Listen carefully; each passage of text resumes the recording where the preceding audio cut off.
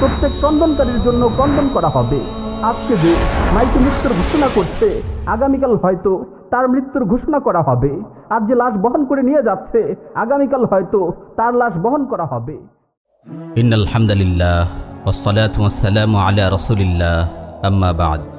প্রিয় ভাই ও বোনেরা, আমি আজকের এই আলোচনার মাধ্যমে গুনাহ করতে করতে ধ্বংসের দ্বারপ্রান্তে পৌঁছে যাওয়া হৃদয়গুলোকে ধ্বংসস্তূপ থেকে তুলে আনতে চাই। বিভ্রান্তি আর কুপ্রবৃত্তিতে ডুবে থাকা অন্তরগুলোকে সতর্ক করতে চাই। আমি চাই আমার এই নসিহার মাধ্যমে নেককার লোকেরা তাদের নেককা জাড়ও বাড়িয়ে দিক, আর উদাসীন ব্যক্তিরা মৃত্যুর আগেই সতর্ক হোক।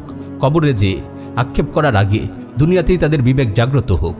আমার এই আলোচনা শুনে তারা আল্লাহর দিকে ফিরে আসুক। প্রিয় উপস্থিতি, আমাদের আত্মাগুলোকে জাগ্রত করার জন্য এবং উদাসীনতা থেকে মুক্ত করার জন্য মৃত্যুর স্মরণ অত্যন্ত কার্যকরী ভূমিকা রাখে। রাসূল সাল্লাল্লাহু আলাইহি ওয়াসাল্লাম ইরশাদ করেন, আকসিরু যিকরা হাযিমিল লাযযাতি আল মাউত। তোমরা দুনিয়ার স্বাদ বিনষ্টকারী মৃত্যুকে অধিক পরিমাণে স্মরণ করো। একজন দুনিয়াবিমুখ আলিমকে জিজ্ঞেস করা হলো যে সর্বোৎকৃষ্ট ও পরিপূর্ণ নসিহত কি?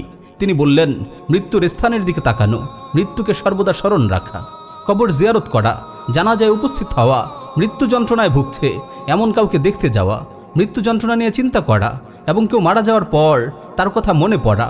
এগুলো তার অন্তর থেকে দুনিয়ার স্বাদ দূর হয়ে যায়। পার্থিব জীবনের ভোগ বিলাসের প্রতি মনে অনাগ্রহ সৃষ্টি হয়। যে ব্যক্তি মৃত্যুর প্রস্তুতি নিয়েছে সেই আমল বাড়িয়ে দিয়েছে এবং আশা আকাঙ্ক্ষা কমিয়ে দিয়েছে। আল্লামা লুবাইদি রাহিমাহুল্লাহ বলেন, আমি আবু ইসাককে তার জীবদ্দশায় দেখতাম তিনি সব সময় একখণ্ড কাগজ বের করে তা পড়তেন।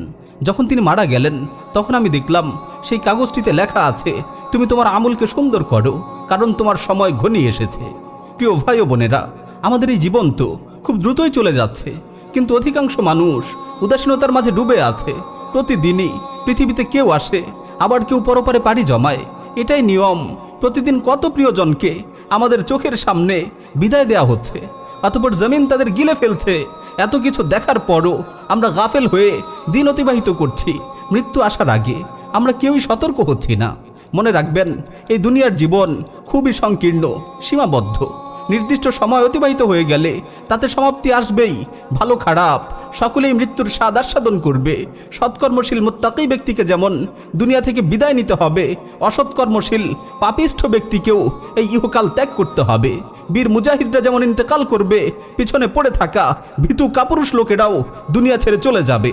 সেসব মহামান্বিত ব্যক্তিরাও মৃত্যুবরণ করবেন যারা দুনিয়াতে পরকালের পাথে অর্জন করেছেন। সেসব লুভিরাও মারা যাবে যারা দুনিয়ার জীবনকে কেবল উপভোগই করেছে। আল্লাহ তাআলা ইরশাদ করেন, কুল্লু মান আলাইহা ফান।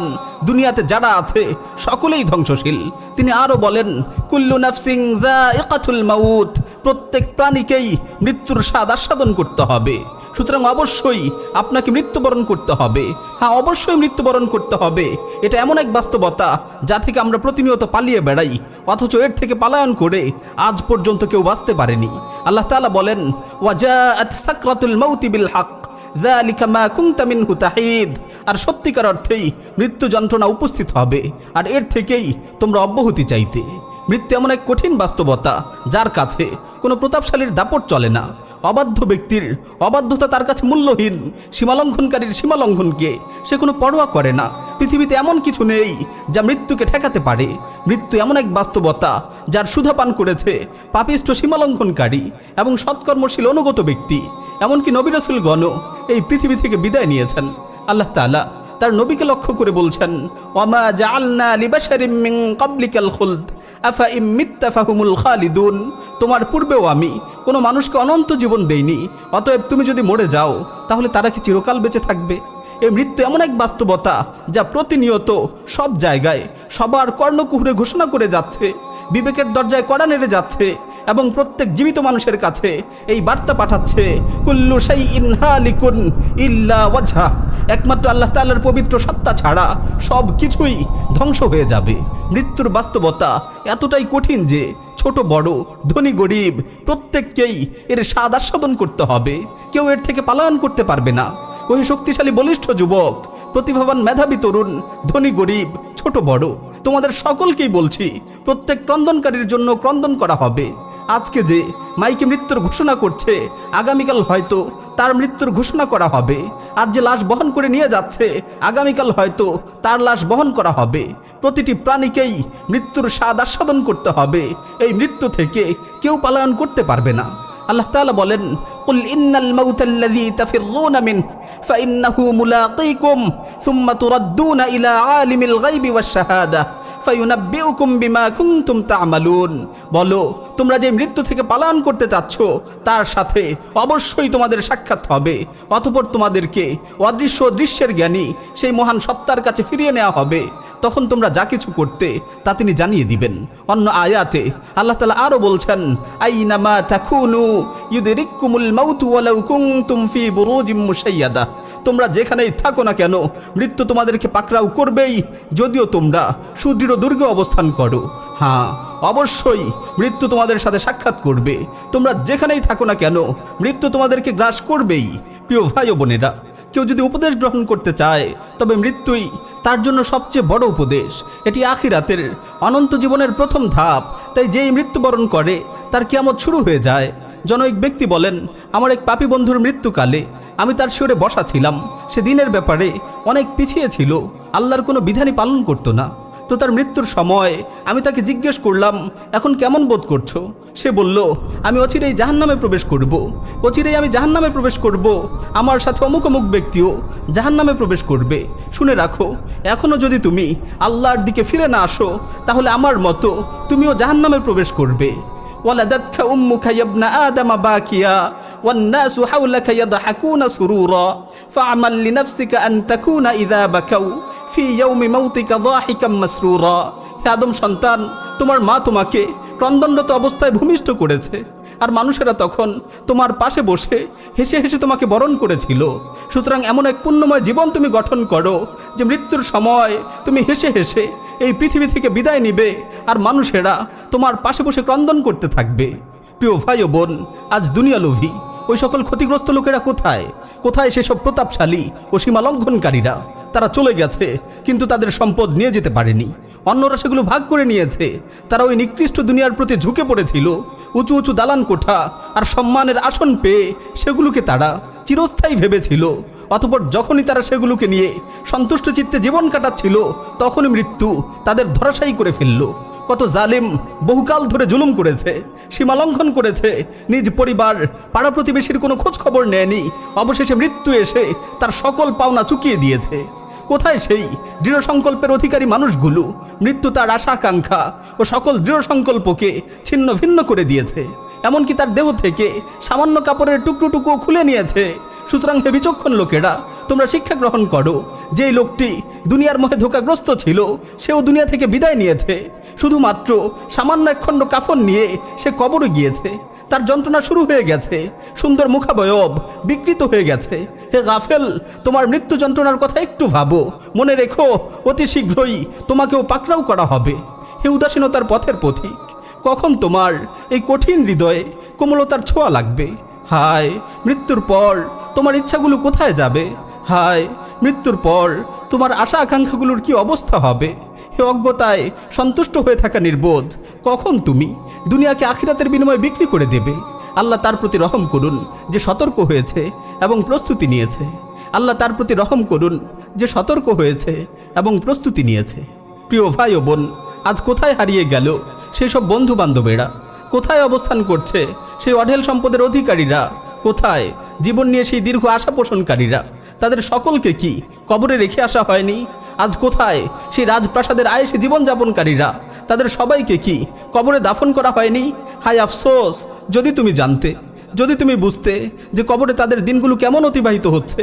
কবরে পচে গলে তাদের শরীর থেকে পুজ প্রবাহিত হচ্ছে। তারা প্রতিনিয়ত নিত্য নতুন শাস্তির শিকার হচ্ছে। তাদের প্রিয় মানুষগুলো তাদের ছেড়ে চলে গেছে। তাদের দাস দাসী ও অনুচররা তাদের থেকে বিচ্ছিন্ন হয়ে গেছে। কোথায় সেই বড় বড় মজলিসগুলো? কোথায় সেই নিষ্কলুষ আরামায়েশে জীবনগুলো? হ্যাঁ, আল্লাহর কসম, তারা তাদের কৃতকর্ম সহকারে আজ ইহকাল ত্যাগ করে পরপারের পথিক হয়ে গেছে। কারো অনুশোচনা তাদেরকে বাঁচাতে পারেনি, কেউ কোনো উপকারও করতে পারেনি। কোথায় সেই মহামান্বিত উচ্চ মনোবলের অধিকারী মহাপুরুষরা? কোথায় মৃত্যুর জন্য সার্বক্ষণিক প্রস্তুতি নিয়ে রাখা পবিত্র আত্মাগুলো? কোথায় মৃত্যুর ভয়ে প্রকম্পিত সেই মানুষগুলো? নেই, কেউ নেই, সকলেই চলে গেছে। কেউ আর বেঁচে নেই। যারা প্রস্তুতি নিয়েছে তারা যেমন চলে গেছে, যারা প্রস্তুতি নেয়নি তারাও চলে গেছে। বুদ্ধিমান তো সেই যে তার পরিণতি নিয়ে ভাবে এবং আল্লাহকে ভয় করে, আর মূর্খ তো সে যে দিন দিন মৃত্যুর দিকে এগিয়ে যাচ্ছে কিন্তু সে তার পরিণতি নিয়ে ভাবে না। হায়, কতটা বছর ধরে তোমার আকাশে সূর্য উদিত হচ্ছে আর অস্ত যাচ্ছে, কতটা সময় ধরে তোমার উপর রাতের পর্দা টেনে দেওয়া হচ্ছে। হায়, তোমার জীবনের কতগুলো দিন চলে গেল, অথচ তুমি তোমার আপন জায়গায় অটল রয়ে গেলে। তোমার দিনরাত অতিবাহিত হচ্ছে কিন্তু এখনও তুমি তোমার সেই অন্যায় অপরাধে লিপ্ত রয়েছ। দয়াময় প্রতিপালক তোমাকে কত নিয়ামতরাজি দ্বারা ঢেকে রেখেছেন, অথচ তুমি তারই অবাধ্যতায় জীবন কাটাচ্ছ।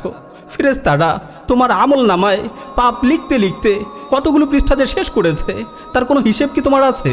উদাসীনতার মাঝে ডুবে থাকা মানুষ তোমার রব তোমাকে সম্বোধন করে বলছেন, ইয়া আইয়ুহাল ইনসান মা গাররাকা বিরাব্বিকাল কারীম। হে মানুষ, কিসে তোমাকে তোমার মহামহিম পালনকর্তা সম্পর্কে বিভ্রান্ত করলো?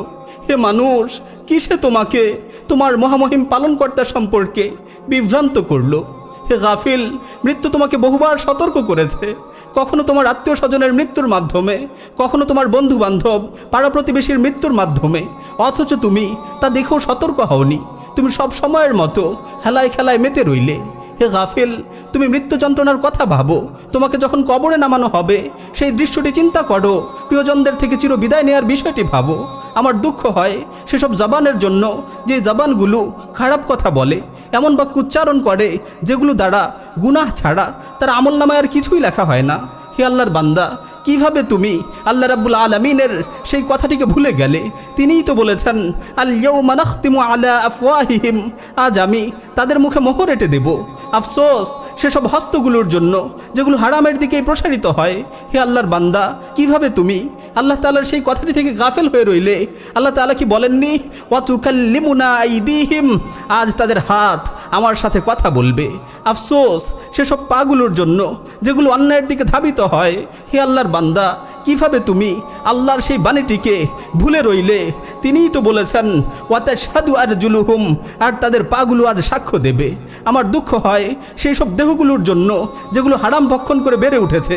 হে আল্লাহর বান্দা, কেন তুমি এই হাদিসটির কথা ভাবলে না যে অবৈধ সম্পদে যেই দেহ বেড়ে ওঠে তার জন্য জাহান্নামী অধিকতর উপযোগী? হে 20 বছরের নওজোয়ান, তোমার আশপাশে চেয়ে দেখো, তোমার কত পাড়া প্রতিবেশী দুনিয়া থেকে বিদায় নিয়েছে। হে 30 বছরের যুবক, তুমি যৌবনকাল পূর্ণরূপে পেয়েছো, কিন্তু মৃত্যুর জন্য কি প্রস্তুত করেছো? হে 40-এর কোঠায় উপনীত হওয়া ব্যক্তি, তোমার যৌবনে ভাটা পড়েছে, অথচ এখনও তুমি অবহেলায় ডুবে আছো।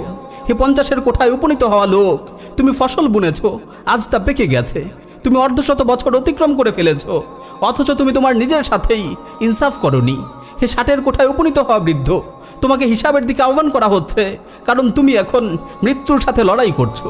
হে 70-এর কোঠায় উপনীত হওয়া বৃদ্ধ, হিসাব করো তো দেখি তুমি আখিরাতের জন্য কি পাঠিয়েছো আর দুনিয়াতে কি রেখে যাচ্ছ। আল্লাহর কসম, যে ব্যক্তি আজ কারো খাটিয়া বহন করছে, অচিরেই এমন একটি দিন আসবে যেদিন অন্যরা তার খাটিয়া বহন করবে। আজ যে ব্যক্তি কবরস্থানে যাচ্ছে জিয়ারত করার জন্য, এমন একদিন আসবে যেদিন তার কবর অন্যরা জিয়ারত করবে। আজ যে কাউকে দাফন করে কবরস্থান থেকে বাড়িতে ফিরে আসছে, অচিরেই এমন একটি দিন তার জন্য অপেক্ষা করছে যখন তাকে দাফন করে লোকেরা বাড়িতে ফিরে আসবে। ওই কবরই হবে তার শেষ ঠিকানা। হযরত ওমর রাদিয়াল্লাহু তাআলা আনহু সর্বদাই এই কথা বলতেন যে মানুষ প্রতিদিন বলে, আজ অমুক মারা গেছে, আজ অমুক মারা গেছে, অমুক জায়গায় আজ অমুক ব্যক্তি মৃত্যুবরণ করেছে। অচিরেই এমন একটি দিন আসবে যখন মানুষ বলতে থাকবে, আজ ওমর মারা গেছে। অবশেষে ঠিকই সেই দিনটি চলে এলো যেদিন ওমর রাদিয়াল্লাহু তাআলা আনহু ইন্তেকাল করেছেন। প্রিয় ভাই, একদিন মসজিদের মিনার থেকে আমাদের মৃত্যুর সংবাদও ভেসে আসবে। লোকে বলবে, আজ অমুক মৃত্যুবরণ করেছে, কিন্তু সেই মৃত্যুর জন্য আমাদের কি কোনো প্রস্তুতি রয়েছে? একদিন কাঁধে বহন করে আমাদের কবরে রেখে আসা হবে, কিন্তু সেই অন্ধকার কবরের জন্য, সেই অন্তিম সফরের জন্য আমরা কি কিছু প্রস্তুত করেছি? জনৈক লোক তার এক মৃত আত্মীয়কে স্বপ্নে দেখল। সে তাকে স্বপ্নে জিজ্ঞেস করলো যে তুমি কেমন আছো? সে উত্তরে বলল, একটি বিষয় আমি খুব অনুতপ্ত, তা হলো আমি সব কিছু জানতাম কিন্তু আমল করতাম না। তোমরাও জানো কিন্তু আমল করো না। আল্লাহর কসম, একটি বা দুটি মাত্র তাসবিহ অথবা 1 বা 2 রাকাত নামাজ আমাদের আমল নামায় দুনিয়া এবং দুনিয়াতে যা আছে সব কিছু থেকেও অনেক দামি। হে প্রিয় ভাই ও বোন, কোথায় এত সব ওয়াজ নসিহতের প্রভাব, কোথায় পবিত্র কালামুল্লার প্রভাব? আমাদের অন্তরে তো এত সব নসিহত আয়াত হাদিসের কোনো প্রভাবই পড়ে না। আমাদের জীবনে পবিত্র কোরআন কোনো প্রভাবই সৃষ্টি করে না। আসুন একটু মনোযোগ দিয়ে আল্লাহর এই আয়াতটি শুনি। আল্লাহ তাআলা বলছেন, আফারাআইতা ইন মাত্তা'নাহুম সিনিন সুম্মা জাআহুম মা কানু ইউআদুন মা আগনা আনহুম মা কানু ইউমাত্তাউন। আপনি ভেবে দেখুন তো, আমি যদি তাদেরকে বছরের পর বছর ভোগবিলাসে মত্ত থাকতে দেই, অতঃপর যে মৃত্যুর বিষয়ে তাদের ওয়াদা দেওয়া হয়েছে তা যদি তাদের কাছে চলে আসে, তখন তাদের এই ভোগবিলাস তাদের কি কোনো উপকারে আসবে? সালাফদের মধ্য থেকে অনেকেই এই আয়াতটি পড়ে কান্নায় ভেঙে পড়তেন এবং বলতেন, যখন কারো মৃত্যু চলে আসবে তখন তার দুনিয়ার এই ধন সম্পদ ও ভোগবিলাস কোনো উপকারে আসবে না। যখন কারো মৃত্যু চলে আসবে তখন তার দুনিয়ার এই ধন সম্পদ ও ভোগ বিলাস কোনো উপকারে আসবে না।